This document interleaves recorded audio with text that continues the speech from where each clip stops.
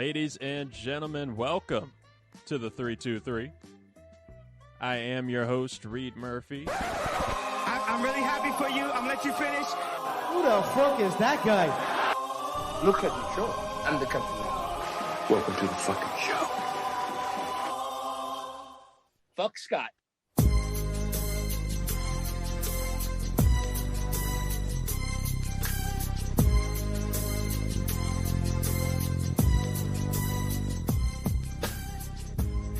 That's right, folks. Welcome, college football fans, to another exciting episode of College Shame Day, presented by the 323 Network.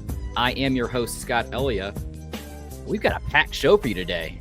Everything from conference title games and Heisman watch, the current chaos mode that seems to be enacted in the college football playoff. But speaking of packed, we got a special guest here, someone who's never lacking, always packing. Reed, keep one always in the chamber. Murphy. How's it going, Reed? You know me, I'm always packing. That's all that matters. Always packing. Listen, if Omar ever taught us everything, you always keep one in the chamber at all times. Even on this greatest of holiday weeks of Thanksgiving, a little peek behind the curtain. We are actually recording this during the day again. And if history wants to repeat itself, the last time we had a day recording, it went off the rails quick. So hopefully we can behave ourselves. But first thing is that, Reed, I don't know if you caught this, but JMU is no longer pursuing legal action against the NCAA for their bowl eligibility. What happened there? Well, first off, they lost to Appalachian State 26-23 on Saturday in overtime, ending its perfect season. And the school later on cited, that loss changed the landscape in terms of the nature and timing of their legal options, including the diminished viability of a lawsuit against the NCAA, that quote coming from the school itself. Later went on saying on Saturday evening, following the game, we consulted with Attorney General Mayeras and his staff, as well as with our outside counsel, and the consensus was that filing emergency legal action against the NCAA was not a viable course of action at this point in time. Furthermore, the school went to say the university's focus now is on getting the football team into a bowl game, and it appears that such a result is still a strong possibility. We could still file an action against the NCAA later if needed to receive a bowl invitation, but for the time being, there were a strong consensus that the proceedings with legal action did not make sense. So yeah, I mean, they still can make a bowl game if there's enough slots available, because there's 82 slots for these bowl games entering the final week of the regular season. 70 teams, including James Madison and also Jacksonville State, who's kind of in the same boat, being in the second FBS season, have at least 6 wins. But there's another 24 teams that have 5 wins and could become bowl eligible with the victory this weekend. Do you think, A, the NCAA was right for their kind of call, or B, do you think James Madison, even with that loss to Appalachian State, still should have filed something? I mean, I probably still would have filed something. I understand them pulling out, but still, just for the morale of the school and the students there and the fans. I mean, you could see during College Game Day on Saturday when Pat McAfee was riling up all the student section and everything about, screw the NCAA for all of this. They wanted, just to keep morale, but then you get your ass kicked by App State. You lose to App State. You don't want to lose to App State when you're the undefeated JMU with College Game Day there. All morale is already dead. So then you tuck your tail between your legs and away from the lawsuit. Yeah, and it kind of makes sense, because I feel like if they played somebody else and lost of a better stature than App State, I feel like they still could have gotten away with some kind of litigation. But with it being App State, even though that institution does have a rich history of playing spoiler to a lot of these big time schools, I think that's what's kind of that last nail in the coffin. They can't go before any kind of judge or the NCAA at this point and say we deserve to be there, because they'll be like, well, you just lost to Appalachian State. What do you think? How do you think you're going to fare against a real FBS team at this point? You guys have only been here for 2 years, kind of thing. So But oh well, more to come there. If this NCAA season's taught us anything, that these stories don't seem to die quickly. So I'm sure there'll be some kind of update next week. But moving on, we kick things off with a breakdown of the upcoming conference title games. Yes, we do have a slate of games this weekend that we'll talk about a little bit more in length, but the conference title games seem to be all kind of set in stone. You know, Florida State is going to be playing Louisville and Charlotte. You got Alabama and Georgia playing each other for the SEC title game. The winner of the big Michigan-Ohio State game this week is going to be facing off against Iowa for the Big Ten championship.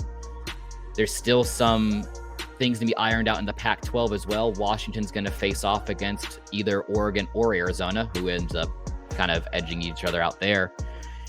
But there's a lot of moving pieces right now to the Big 12, Reed. I don't know if you notice this, but it all comes down to the Texas Tech game. If Texas wins, Texas is in. So there's one way Texas can get in for the title. Moving on from there, who are they going to face off against? If they win and if Oklahoma State beats BYU, then they play Texas. If Oklahoma beats TCU with a Texas win and Oklahoma State loses, then Oklahoma plays Texas for a rematch of their Red River rivalry game where Oklahoma edged out Texas in the regular season. But if Kansas State beats Iowa State, Texas wins, and Oklahoma and Oklahoma State both lose, then Kansas State plays Texas. It's pretty cut and dry from there. You know, win and get in kind of thing. Do your part, win to give yourself the best chance to get into that game. But this is where things kind of get off the rails, because if Texas loses, they can still clinch if 2 out of those 3 teams that we just mentioned, between Kansas State, Oklahoma, and Oklahoma State, they still play the team who won. But if 2 or more of those teams win, all hell breaks loose. Since there would be 3 or 4 teams who are all tied for a championship berth, I try to go down the rabbit hole, and there's so many moving pieces to this to try to figure out how to break this 3 to 4 team tie. Who the fuck knows what's going to happen? I say just have 2 games going on at all times. Have like Kansas State and Oklahoma State playing each other and Oklahoma and Texas playing each other, but having the fields like intersect. So that way you kind of have to run into each other at the same time, or have some kind of full all-out brawl. I don't know how the Big 12 is going to figure this out. Everything with realignment. I mean, we talked about this last year, just the realignment process, moving everybody around. It's not only a mess, but then it's kind of sad to a degree. Like, this is rivalry week that we have coming up, and big games, but then like so many classic rivalries. Like, we've already had like Oklahoma OSU for the final time. That, whatever, I forgot what the name of that is, that rivalry game.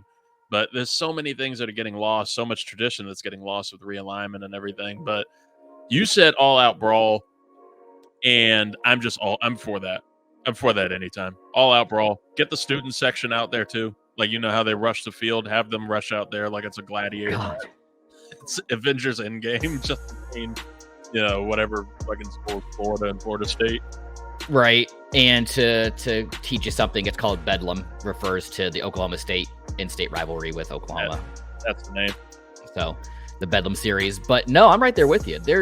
I think this is one of the pieces that you mentioned that you're going to lose with the realignment is these quintessential long-time historical kind of rivalry games and matchups that we're going to miss.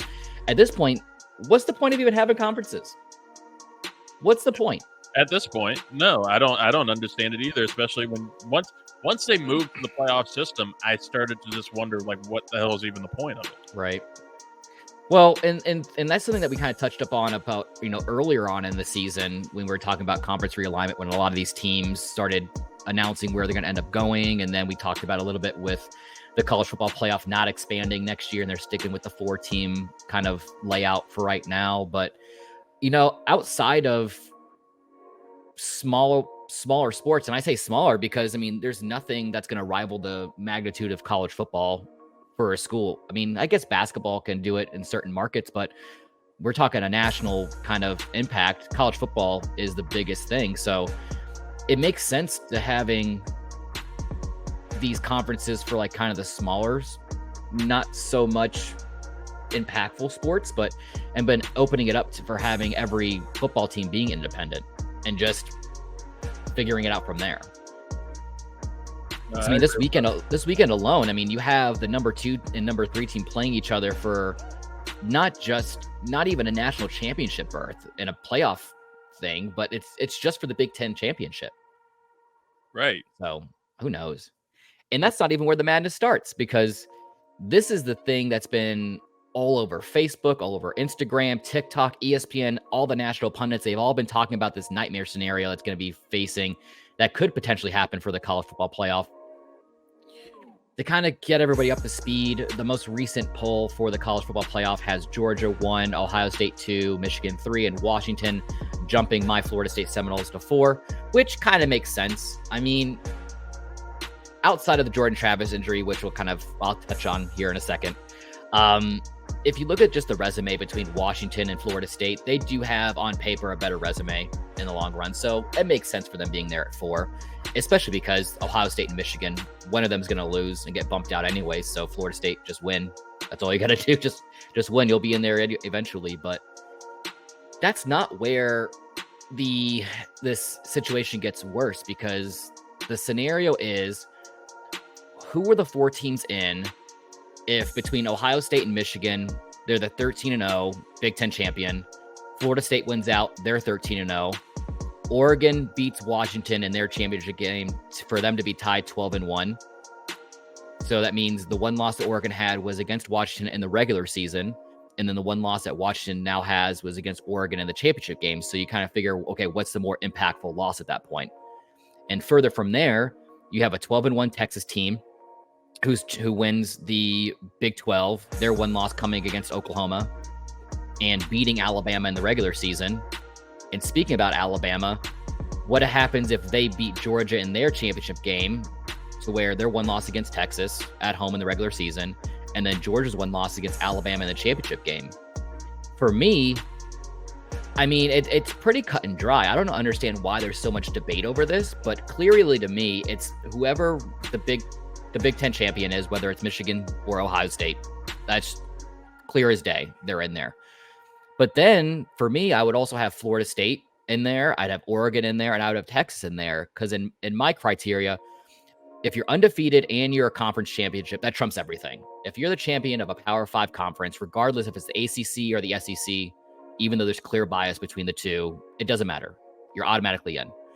And then from there, I feel like, especially with the Oregon and the Washington split, I feel like it would have to edge it out to Oregon because they won the championship. So a championship trumps at that point. And then breaking it further down, then that's when you kind of get, okay, well, how do you decide between Texas and Alabama? Because they're both one-loss teams and they're both champions of their respective conferences, but Texas beat Bama in the regular season. So in my eyes, Reed, I don't know. I mean, I'll ask you in a second who you think your 4 would be at this point. I know we kind of rattled off pretty quick, but for me, if there's 2 outcomes, it clearly shows that the regular season doesn't matter at all. If Florida State doesn't get in at all, then obviously the regular season doesn't matter. And then if Alabama gets in over Texas, that is what clearly shows you that the regular season doesn't matter at all to these college football playoff committee folks who are picking these games. And you can't have that, because if you clearly show bias against the regular season, then what's the point of even watching the regular season? You might as well just play 4 warm-up games and just make some massive 64-team March Madness style playoff from here on out. And that's all you do. And I mean, honestly, that's where I could see it going, right? And I think as much money comes out of March Madness, like, imagine what the hell would happen with college football. And at the rate that it's going and the expansion that we're getting to with the playoff, why not? Right. And that's the thing. It's like, are you just going to have some massive, like, double elimination tournament throughout the season? Like, I'm sure they'll figure out some kind of way. But at this point, if not even so much Florida State doesn't get in, because that's going to show clear SEC bias if they have 2 SEC teams going in with Georgia and Alabama, because that's what they want to happen for ratings. But if Texas doesn't get in and they put Alabama in, to me, that clearly shows the regular season doesn't matter. So you might as well just make it a big 10 to 12 week playoff and just have it battle it out. It would eliminate the argument, and I think it does it would ease up that whole situation, because I think there are arguments. You look at that pretty much that top 8, even down to Missouri at 9 with Mizzou. Like, you got Louisville there too. I mean, they got that. Yeah, you have arguments for everybody too. That there could be competition in there. FSU dropping to 5. I think that's something that we talked about on the Sunday Hangover briefly, was the idea that Washington could, then jump them because of the Jordan Travis injury there, and it's kind of taking them out. But I think there's an argument there too with how their defense stepped up, how that team played that game after the injury, and if Rodemaker can, just game manage and continue the run, there would not be a case against them to still, argue that they can't win the championship. Teams have done it before, losing their top quarterback. Oh yeah, absolutely. I mean, I think the biggest thing, and that's why I don't want to hear the Florida State can't go because of the Jordan Travis injury. It's a piss poor excuse in my book, because if you look back at the 2014 Ohio State Buckeyes, who won the national championship, they had the same situation. Braxton Miller got hurt before the regular season. He fucked up his shoulder. And then you had redshirt freshman JT Barrett, who led the Buckeyes throughout the whole regular season, broke his ankle in that regular season finale. So who steps up? Third stringer, redshirt sophomore Cardale Jones, leads the Buckeyes to a Big Ten championship, and then later on to a national championship. So where was the scrutiny against that Ohio State team? Exactly. I don't remember hearing anything. So why now? So it's a very, very messy situation, especially the game last week. I mean, yes, Florida State eventually came back and crushed North Alabama 58-13 after being completely laying a goose egg that first quarter and having North Alabama go up 13-0. But I mean, if that didn't happen and you saw the score 58-13, nobody would be surprised. But I've been seeing so much hate against Florida State because they were down 13-0.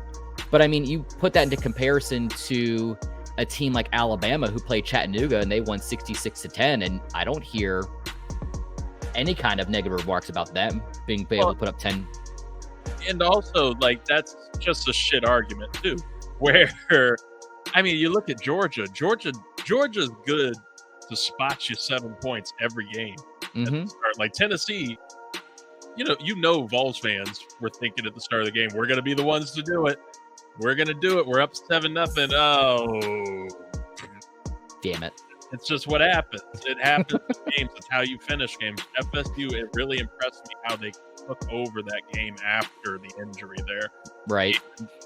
And I'm hoping for Georgia to beat Alabama this weekend. I don't want the madness of that, because I don't believe Alabama deserves to make it into the playoff I don't believe they deserve to make it in over Georgia if they beat them. I don't believe they deserve to make it over Ohio State or Michigan. I don't believe they deserve to make it in over Washington or FSU. Really, at this rate, unless FSU really shits the bed against Florida and really looks mightily unimpressive, then, go ahead, get rid of them. It's not going to work. But then you got Oregon with Bo Nix. After that, yeah, I really think Alabama is probably at best the 7th ranked team. Right.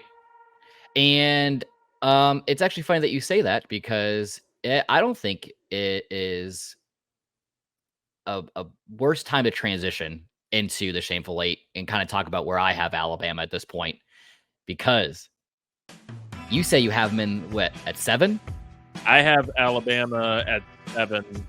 Sixth at best if FSU was really bad off. I have them at 8. Oh, okay. I have them at 8. I mean, yes, they had light work against Chattanooga, 66-10. They got the Iron Bowl coming up this weekend against Auburn. They're on the road, and then they face off against number 1 Georgia in the SEC championship after that. But I don't know. There's something about this Alabama team that I'm just not totally sold on this year. I can't put my finger on it. I mean, yes, they only have that one loss to Texas at home. but they're just, it's kind of like how we talked about recently on the Sunday Hangover and Ricks versus Gricks, the NFL kind of side to everything, where I felt like the Dallas Cowboys are kind of sneaking under the radar. I think this is a perfect kind of comparison with Alabama right now. It's just sneaking in. I think so, and even with how impressive their quarterback is with Jalen Milroe, he's improved mightily. So, I mean, they're very impressive on that, and I think that honestly, they'll probably be back to that glory next year. I think that they can build it back up off of the success that they've had under the radar here now, but at this point, they're not a top 5, top 4 team. Right. Well, it's like, and especially for me, the reason why I have them at 8 is because I really do believe, regardless of where the game happened in the season, that's where a lot of these national pundits and other college football shows kind of like to point out, is that loss to Texas happened so early, and it's, who knows what would have happened if they played that game again now. But I will hold firm on tiebreakers, and a win is a win no matter where it happened, and that's why I have Texas there at 7. They have that. They own that tiebreaker over Alabama. Last week they beat Iowa State by 26-16. Like I said, they have that Texas Tech game at home this week, which all they got to do is win. Just focus on that to lock that Big 12 championship. And then also, yes, I'll let you finish on that. I mean, I've done it, but with Texas, like, I'm curious with Quinn Ewers and his performance this season. I think at the beginning of the year, we were talking about him possibly being like a top, he could be one of the top draft picks this season coming out of Texas. Do you think that's still the case as things gone down a little bit, especially since the Red River rivalry? Well, and I think especially now, because Quinn Ewers announced that he will be returning to Texas for another season next year. And I think that's the best thing for him to do, because if he were to come out for the draft right now, he would be a mid 3rd to 4th round pick. Like, it's just, yes, he was very impressive when he was playing, but I think the injury to his AC joint, I think it was a grade 2 AC joint sprain. I think that's what's kind of messing him up, and who knows if he's going to even return next season the same way. But I think for Texas, this is more plays into the whole Arch Manning kind of storyline. Like, what's Arch Manning going to do? Do you think he's going to sit there behind him another year, or could you see him transferring to like a USC and play with Lincoln Riley and get that damn near Sherlock of a Heisman Trophy? Or with Jayden Daniels looking like he's going to be moving on from LSU, and how deep the Mannings are there in Louisiana, could he eventually just transfer to LSU? That's what I want to look at right now in Texas. Oh, I would doubt, with how that family operates, how they've operated with, I mean, Eli's the best example. I doubt that Arch is going to stay there for another year. I'm sure the whole family's probably viewing his development as ready to go with sophomore year. Let's go ahead, transfer. USC would be a hell of a choice. That would be a hell of a choice for him to go there, and he would be a pure star. Right. Classic USC quarterback. But LSU, I could see that happening as well. Right. Daniels does move on, and Brian Kelly's, a good enough coach that I think Arch could elevate him. Right. And I mean, I think all signs would have pointed to a potential transfer to Ole Miss, where, the family has really deep ties into that alma mater. But I think with Jackson Dart returning for another season next year, that kind of takes it out the book. So you kind of have to look around the league and see where the best fit is for him. And honestly, I don't think the best fit for him right now is Texas, because not only just Quinn Ewers, but that's a very stacked QB room. And in the nature of the game right now, like, you have to be open to transfer around. I mean, you saw that with Jordan Travis. He transferred from Louisville to Florida State and kind of propelled his career into what it is now, and worked himself into potentially, for me, kind of a ceiling of a 3rd round pick, especially now with that ankle, foot, lower leg injury. But I'm interested to see there. And another thing that I'm interested to see is the 6th team that I have in the Shameful Eight, and that is Oregon and Bo Nix, who we'll talk about here a little bit more deeper in a second. But Oregon, they completely destroyed the Arizona State Sun Devils on the road, 49-13. They have number 11 Oregon State at home this week. Maybe a Pac-12 championship. Who knows? Like I said, it comes down to them in Arizona right now. So it's kind of sketchy going up against that Oregon State team, who could play spoiler to the Ducks. Thankfully, they're at home. But I'm interested to see what Bo Nix is going to be able to do. with his performance last week. Moving on to number 5, we kind of talked about this, and I'm pretty sure folks at home listening can kind of figure out the top 5 from here, but we have Florida State, who handled out North Alabama 58-13. They're on the road this week against Florida and then against number 10 Louisville in the ACC Championship. The name in the game right now is just win to further cement yourself into that college football playoff conversation. Same thing for Washington at number 4. Last week, they beat that number 11 Oregon State team 22-20 on the road, which I was surprised about. They were able to get away with that victory. I don't know if you caught any of that game last week, Reed. I did. That was impressive. Yeah, Michael Penix, he kind of had a relatively mediocre game. So thankfully, they were able to just kind of keep it tight and get that win. It was the weather was awful. The weather was god-awful in that game. Right. And, Oregon State, oh, man, it's a fight with DJ in that last name. DJ, I had it the other night. I swear I had it the other night. I'm not seasoned enough to be able to pronounce that last name. I know my strengths, but no, I think, it's good that they're at home this week against Washington State, and then they're going to be facing off either against Oregon or Arizona in that championship game. But I think that this is a perfect moment for them to kind of right the ship a little bit, iron out some of those kinks that they might have faced last week. But hopefully they don't get caught looking a week ahead and they get upset by Washington State at home, because that just would be detrimental to Michael Penix Jr.'s Heisman candidacy right now. We don't need that. Going into number 3, I have the Ohio State Buckeyes. They crushed Minnesota at home last week, 37-3. Like we mentioned, they do have Michigan on the road this week. The winner goes to the Big Ten Championship. Nothing really of note there. Number 2, this is where I had the Georgia Bulldogs, who handled the number 18 team Tennessee 31-10 on the road there in Tennessee. They got Georgia Tech in another, I guess, rivalry game, in-state rivalry game. I guess if you want to kind of put it like that, I would never really link those two together as true rivals, but hey, it is what it is. But that's another team that I don't see them getting caught looking with their pants down, looking ahead to another week against Alabama in the ACC Championship. I think they're going to come out and handle Georgia Tech pretty easily, resting a lot of their starters in that second half, which gets us to the number 1 team in my eyes, which is the Michigan Wolverines. Even though, yes, they did squeak out a win over Maryland, 31-24. Reed, that's another game I don't know if you watched. I was on the edge of my seat that whole time watching that game. I missed that one. What were the highlights of that one for you? Baby Tua put up 247, but he had 2 picks. Blake Corum had a really solid outing, 28 carries, 94 yards, and 2 touchdowns. But thankfully, Maryland they've already kind of clinched a bowl berth this year.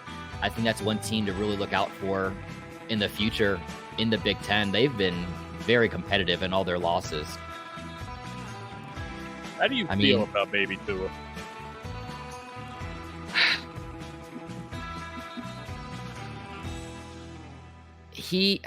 I don't see him ever getting drafted. That's the thing. Even with his name, I don't see him getting drafted at all. He'll probably be an undrafted free agent. Could work himself into a career backup role, but I don't know. I just don't see it like I do with Tua. And for those at home who don't know who we're referring to, we're talking about Tua Tagovailoa. And I am impressed I got that close to his last name. His younger brother, Talia. He plays with the Maryland Terrapins, who are currently 6-5 on the season. They've dropped 5 of the last 6, sadly enough. But I don't know. I think the best thing for Talia to do right now is to try to develop the best he can. I mean, he's a senior. Hopefully he has a good showing in his pro days and potentially if he gets a combine invite, but I don't see it the same way I do with Tua. I don't know about you. He'll get one of those, family tryouts like all of Giannis Antetokounmpo's brothers do with the Milwaukee Bucks. Yeah, hey, I know the Patriots are looking to potentially move on from a quarterback. Could you imagine the animosity in the house if you have Tua with the Dolphins and you have Talia playing for the Patriots? I would not want that conversation with their father, knowing his reputation. Oh, no. Not at all. Not at all. But we kind of touched up on it a little bit ago, and that was Bo Nix. He had a monster game, an absolute monster game against the Arizona State Sun Devils. 24 for 29, 404 yards, 6 touchdowns. Year to date, he's 78% completion percentage, 3,500 yards, 35 touchdowns. Sorry, Bo, almost took one from you, and only 2 picks. And that is why it is still Bo time, and that is why he's still number 1 in my Heisman watch candidacy right now. Following up from him, Michael Penix Jr. again, just like last week. There's really a big no change read for the Heisman watch for me. I mean, last week, 13 for 28, 162, and 2 touchdowns against that Beaver team. Still very solid year to date stats, 66.5 completion percentage, 3,600 yards, 30 touchdowns, and 7 interceptions. And I think I only have him at 2 because of how well Washington's been performing this year. If LSU had more wins under the belt, I think I would have Jayden Daniels there at 2 because he's been having a stellar year. Last week against Georgia State, granted it's Georgia State, Reed. I don't know if you know anybody from Georgia State or who played for them. I'm sure you'll find out for me in a little bit. But last week, 25 for 30, 400 yards, 6 touchdowns. That's right, 6 touchdowns against that Georgia State team, which puts him on the year 72.6 completion percentage, 3,500 yards, 36 touchdowns, and 4 picks. Reed, really quick, we're going to pause.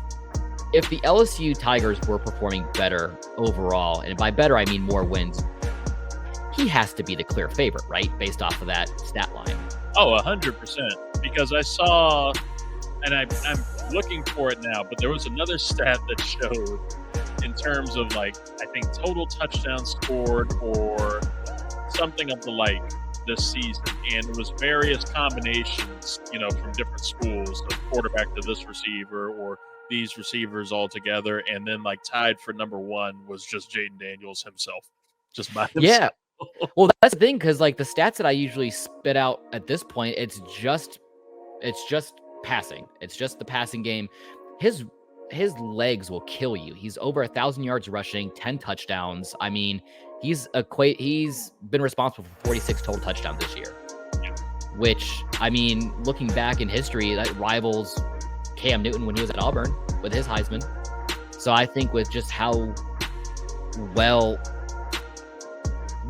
with Michael Penix Jr. and the Washington Huskies and Bo Nix with the Oregon Ducks, how well the team's doing overall, I think that's the only thing that's edging out Jayden Daniels and that LSU team. I mean, the only losses they have were against, if we were to say Seminoles week 1, Ole Miss on the road, and Alabama on the road. All 3 of those were away games. I mean, technically, yes, they were the home team, of course, Florida State, but they played in Orlando. Right. I don't really consider that being a home team, but I think if they were able to get that victory on the road in Alabama, I think that victory alone would propel Jayden Daniels to number 1 in my book. Even with being a 2-loss LSU team, that game would have propelled him drastically up. But I digress. Moving on, talking about touchdowns, Marvin Harrison Jr. I do have at 4. Even though last week was kind of meh, 3 receptions for 30 yards, but he did get a touchdown against the Minnesota Golden Gophers. Year to date, 62 receptions for 1,000 yards and 13 touchdowns. That should translate to the NFL, right? When he comes out? I think he will. Yeah, 100%. I think he'll be an impact player pretty immediately. Right. I mean, especially with how much the NFL landscape has changed as far as their offensive schemes and throwing the ball a lot more. I mean, I think right now he's kind of projected to go to the Bears, but could you see him even being successful on the Bears team with all their problems? I think that he still could. I think he's that kind of a player that he's going to provide that pretty immediate impact and right. that, pretty immediate relief for a team that, especially like them, could use it. And if he's paired with another receiver who is, I still believe, a clear-cut number 1, but has number 2 tendencies too, or he's just like a perfect pair, which is DJ Moore, that Bears wide receiver. If you pair Marvin Harrison Jr. up with him, and potentially, since they could have 2 top 5 picks get Brock Bowers from Georgia in there too. Mm-hmm. Scary. Well, and speaking about Georgia, we did have Brock Bowers on the Heisman watch list last week at the 5 spot, but I swapped him out this week, Reed. Oh. For who? I swapped him out for Carson Beck, the quarterback there in Georgia. He has had a sneakily solid season, and I think you can probably chalk that up more to being because he's playing for the Georgia Bulldogs. But last week he was 24 for 30 for just barely under 300 yards passing and 3 touchdowns against a Tennessee Volunteer team, which I was wrong. I will eat the crow now. I was wrong. They did not play spoiler to the Georgia team this season. But on the year, 72.9% completion, 3,300 yards, 21 touchdowns, and 5 picks. I think the only thing that's kind of knocking him right now is that touchdown total. But, I mean, what more do you want from him? And I'm glad that you brought that up because I have not really thought too much about the quarterback this year, especially like my natural instinct is that Stetson Bennett is still there.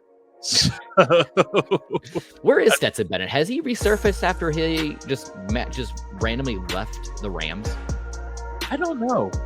Has anyone seen him? He's a perplexing one. I'm sure based on the reputation, it seems like somebody might be looking for him. Oh boy. Well, oh well. But yes, that is the Heisman watch list. We got Bo Nix coming in at 1, followed by Michael Penix Jr., Jayden Daniels, Marvin Harrison Jr., and Carson Beck. We got some really big games between now and the big night of the Heisman Trophy ceremony. So there's still a lot of movement that could happen. Speaking about movement that's not going to be happening, and that's Jordan Travis's left leg. Poor guy. Yikes. I feel partially responsible for this injury happening because that was College Shame Day's game of the week last week of the number 4 Florida State Seminoles over North Alabama, which they did win 58-13. So, but I feel like I jinxed them. I thought about that as soon as it happened. And you called it the game of the week, and I was just thinking, I was like, you know what? If it wasn't everybody else's, I was like, it just became the national game of the week. It's like, it's not the way that you wanted it to become that, but it's how right. Well, it's like, and I feel like especially in this form of media where you're covering a very volatile and sometimes toxic environment that is college football, I try to be as unbiased as I possibly can. Yes, I do release a little bit of venting here and there when it comes to the Florida State Seminoles, but I feel like I've done a decent job this season so far, not showing total bias. But this week, I had to give it to him. You know, it was his last game at Doak. They had the 2013 national championship team there to kind of honor Jameis Winston's retiring of his number 5 jersey. So congratulations again to Jameis Winston. But, you know, North Alabama, they led Florida State 13-0 before that Jordan Travis injury to his left leg. He's now out for the remainder of the season. So thoughts and prayers out to him and the whole Jordan Travis camp. Hopefully he heals relatively quickly, try to recoup some kind of draft stock in the offseason. But who knows? But they did what they needed to do. They rallied behind that number 13. They scored 58 unanswered points after the injury. Backup Tate Rodemaker was 13 for 23 for 217 yards and 2 touchdowns. And they're looking to rally right now. They have 2 really big games left on the slate, so that way they can still vie for that college football playoff spot. You know, they got to play Florida on the road, who is also without their starting quarterback, Graham Mertz, with a collarbone injury. And then even after that, they got to play Louisville in the ACC championship. Me, as unbiased as I want to try to be, I am very confident in Tate Rodemaker. But, hey, it is what it is. I mean, he's somebody that's been there for a minute, right? Yeah. I think as it stands right now for him specifically, I believe he's played in a total of 8 games. He's had like 5 touchdown passes, no interceptions, but he has been there the whole time that head coach Mike Norvell's been there. He's the heir apparent because Jordan Travis was going to be returning after the season anyways, being that redshirt senior. I think with how much Mike Norvell likes to lean on the transfer portal, that he probably would come out trying to find somebody, but he's a junior. He's a local kid. He's from Valdosta, Georgia, which is probably 45 minutes, an hour away from Tallahassee. grew up a longtime Knowles fan. So, like I said, on the year so far, he's posted a 64% completion percentage, 300 yards, 5 touchdowns, no picks. Can't ask more for a backup. Like I said, if Cardale Jones can do it, why can't he?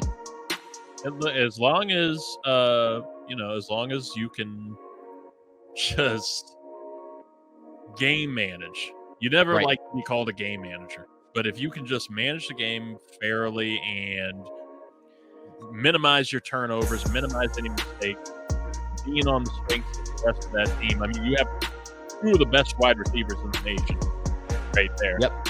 You can figure out things to just get along and get where you need to go. And I feel that is what is more important to focus on.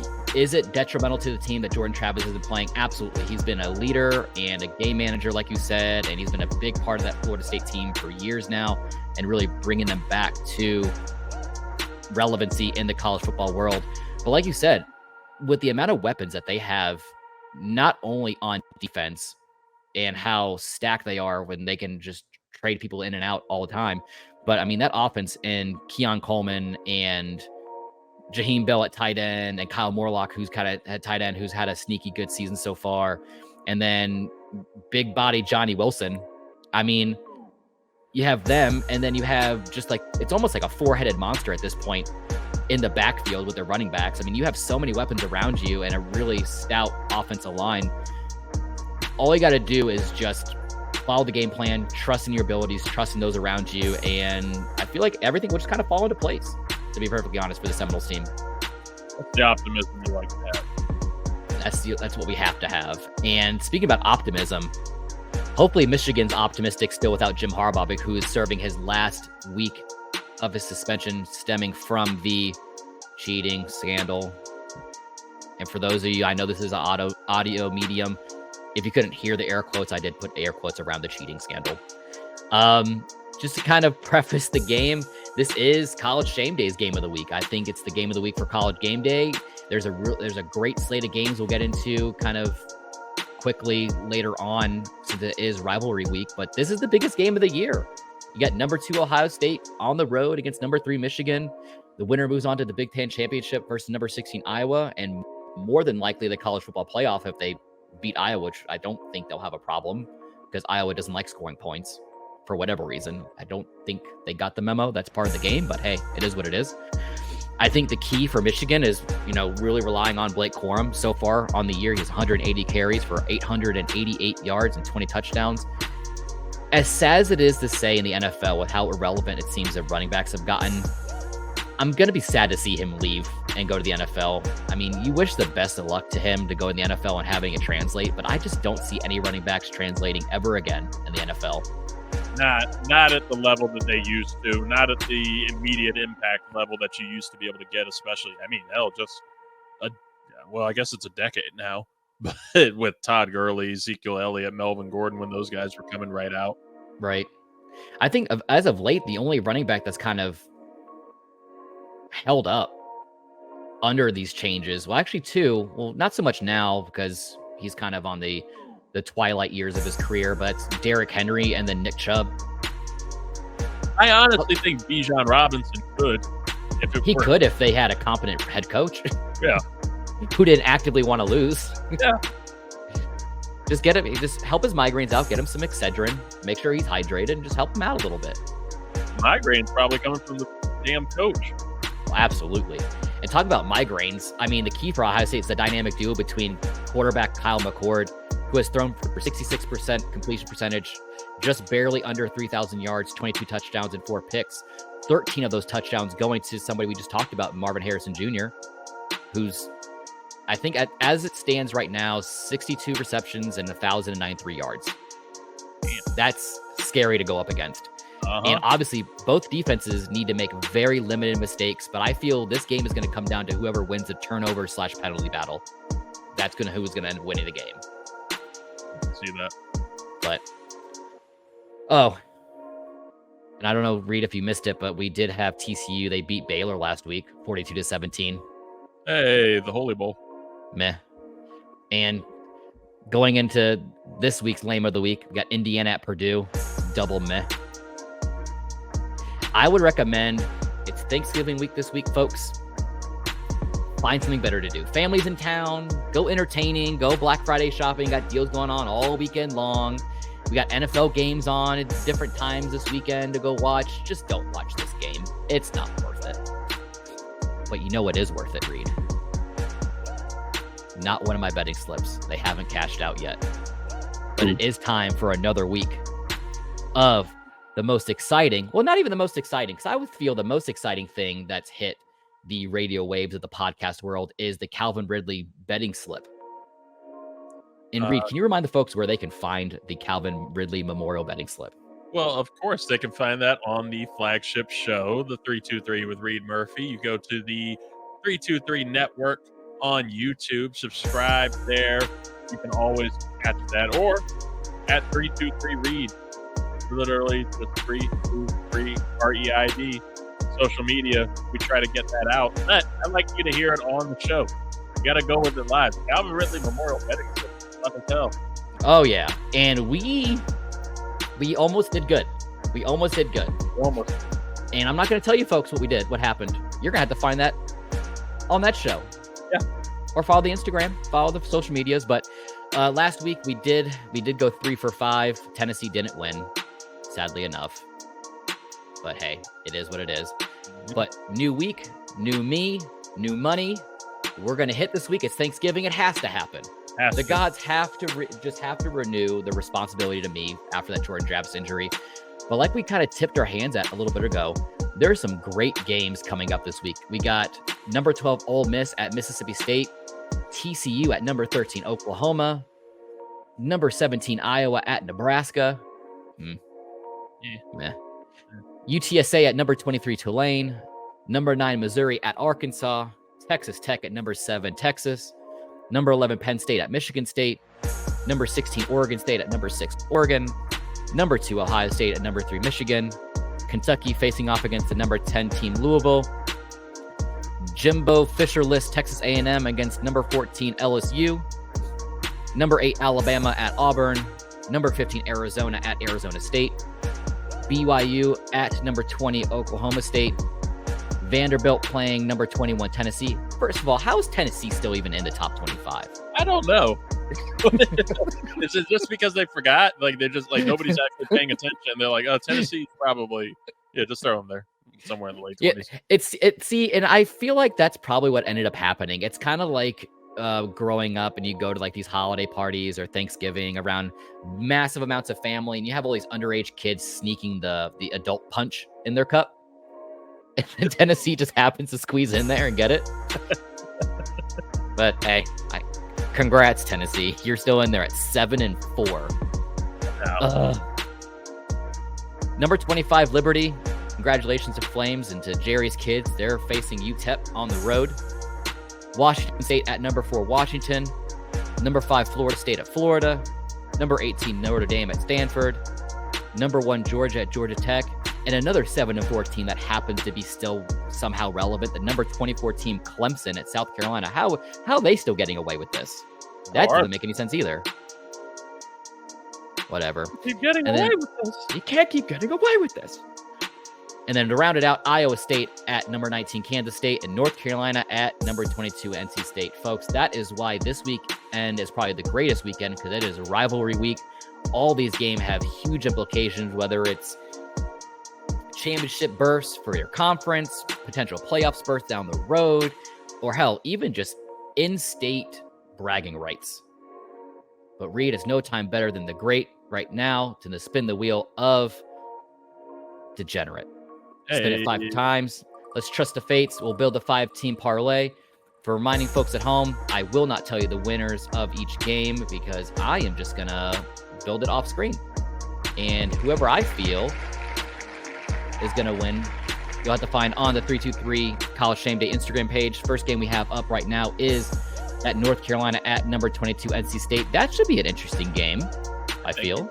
Yeah, I think it should. I'm curious to see how Drake May responds from last week losing to Dabo Swinney on the Tyler revenge tour. Oh God, Tyler. Well, that NC State Wolfpack team has been surprisingly playing well this year, and I'm glad for them. But Oh, well. Take them off the board. Spin it again. Who we got coming up on the second pick of the College Shame Day Wheel Degenerate betting slip? Oh, there we go. We got the game for Emily Sissel, the Jimbo Sweeney. Oh my God, they're so alike. I'm starting to merge their name. But the Jimbo Fisherless Texas A&M Aggies against the Brian Kelly Effect, number 14 LSU Tigers. That is going to be a fun game. I'm going to tell you that right now. Texas A&M seems to have some kind of life injected into them since Jimbo's left. And Jayden Daniels in that high-powered LSU offense, I am very excited. Oh, man. Number 3. Oh, another kind of meh game. The number 15 Arizona Wildcats at Arizona State. I don't particularly care for the game, but I guess in the sake of making money, I guess we'll keep it. That's what makes games interesting. That's the beauty of sports betting. I guess it would make more sense putting games that I don't have any kind of tie to at this point in here. Feel less about fading myself. Ooh, look at this.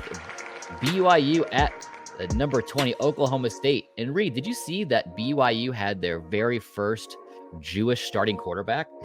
That was quite an interesting thing to see. I did not think about that. I mean, as somebody who went to a BYU, I went to BYU Idaho for a little bit. I know that there are plenty of non-Mormons that go to the school. I did not meet a Jewish person at BYU.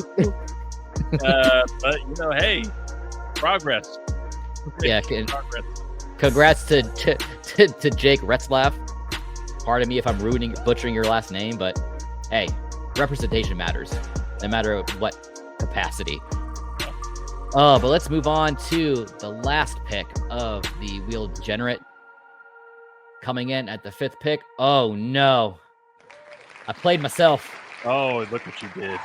We just talked about how I don't want to have any kind of tie to any games, so that way I feel less bad about fading myself on any kind of picks. And what happens?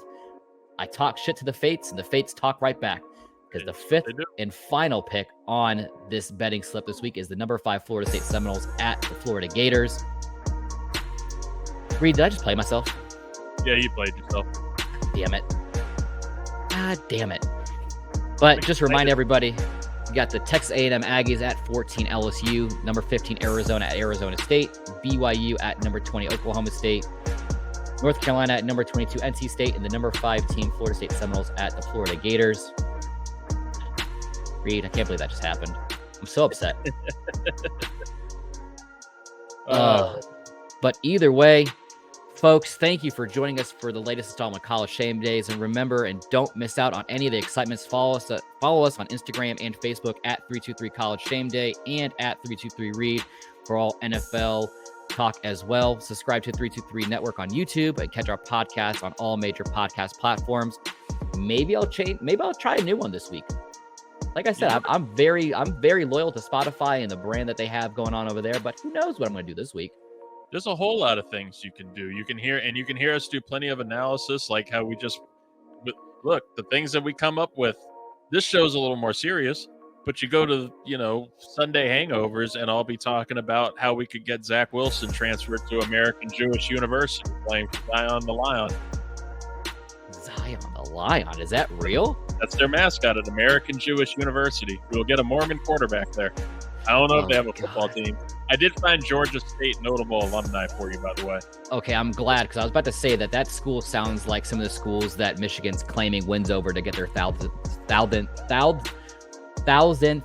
that a word? Am I saying that? Can you say that word? Their thousand. Why do I feel like am I not saying this correctly? Thousand. There we go. 1000. Isn't it going to be fun when we go to celebrate Michigan's 1000th win again in a few years after they get these wins vacated for cheating? They should vacate them. They're playing high schools and deaf schools. But anyways, Georgia State alum, who do you got for me? We have Gucci Mane. What? We have notable Sean Payton kicker Will Lutz. Played for Georgia State. Rodney Hamilton, I recognize that name. Not a whole bunch of people, but then it's really top heavy, actually, because then we get the rap producer Mike Will made it. Ludacris and Julia Roberts. Huh. Yeah. I wonder if they're. It sounds like they're a big multimedia kind of driven school with Definitely all those music artists. I thought it said ABBA, but it's actually Abra that also went there. The Pokemon? Sure. Oh, well. But that is it for today, folks. It is Thanksgiving week, so make sure to spread thanks to those who are closest to you. Reed, I am thankful for you this year and the 323 Network for finally giving me, an average white guy, a platform to voice his opinions. Damn right. And I'm thankful for you, whites. There we go. And remember, folks, if you're not going to be good at it. Have a very shameful holiday. See you next time.